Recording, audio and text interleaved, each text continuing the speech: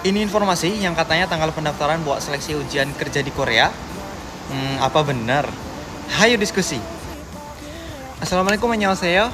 Nah, yang sekarang ini udah punya niat kerja di Korea, pastinya harus udah punya persiapan bahasa Korea ya. Baik itu yang mandiri atau lewat LPK. Pasti banyak yang udah tahu kabar soal info pengumuman ini ya. Bismillah, saya coba meluruskan. Informasi ini diambil dari website IPS yang mengelola adalah HRD Korea alias penyelenggara dari sistem IPS atau program G2G Korea.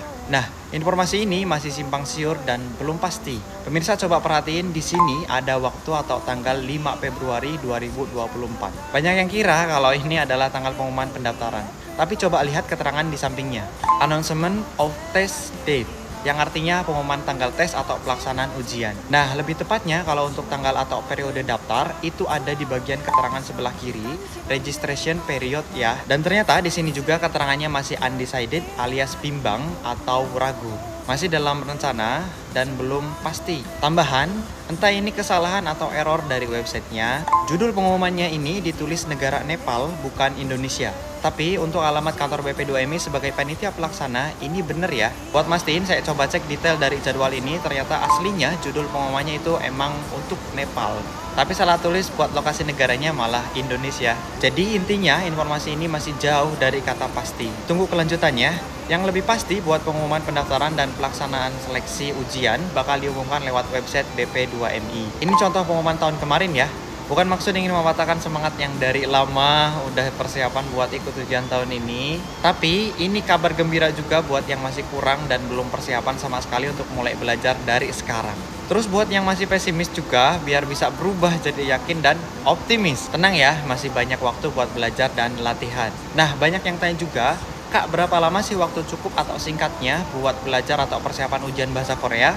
Saya punya contoh temen yang dia belajar atau persiapan ujian bahasa dalam waktu 3 bulan.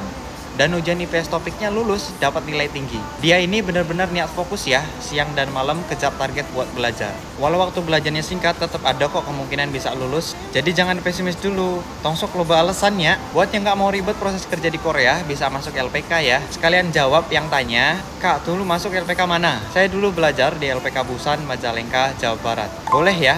Itu rekomen dari saya. LPK-nya amanah, transparan, terpercaya, ada dana talang buat biaya terbang, disediakan asrama buat yang jauh dari luar kota. Udah banyak yang terbang dan sekarang siswanya banyak. Terakhir, kalau itu emang bener tanggal pasti pelaksanaan ujian, sekali lagi bukan pendaftaran ya, harusnya 1 atau 2 bulan sebelum, yang artinya sekitar bulan ini, pengumuman pendaftaran itu udah keluar. Semua tergantung persetujuan dari pihak penyelenggara, yaitu HRD Korea, sama panitia pelaksana seleksi BP2MI. Saya dengar sekarang itu masih ada masalah roster atau data pencari kerja yang numpuk, ditambah di bulan depan itu ada pemilu. Perkiraan bisa jadi pendaftarannya dibuka setelahnya, antara bulan 3, 4, atau lambatnya pertengahan tahun. Masih ada waktu buat persiapan, jadiin kesempatan buat pasang target nilai sempurna dan lulus sekali ujian ya. Sebelum diakhiri, intinya pengumuman resmi soal tanggal pengumuman, verifikasi daftar, dan pelaksanaan seleksi ujian sampai jadwal terbang, semua itu bakal diumumkan lewat website BP2MI.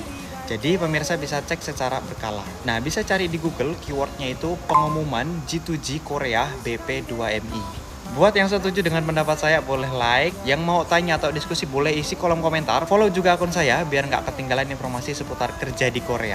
Nanti saya juga bakal langsung bikin VT kalau pengumuman resmi pendaftarannya udah keluar. Hatur nuhun kamsahamnida, sampai jumpa di video selanjutnya.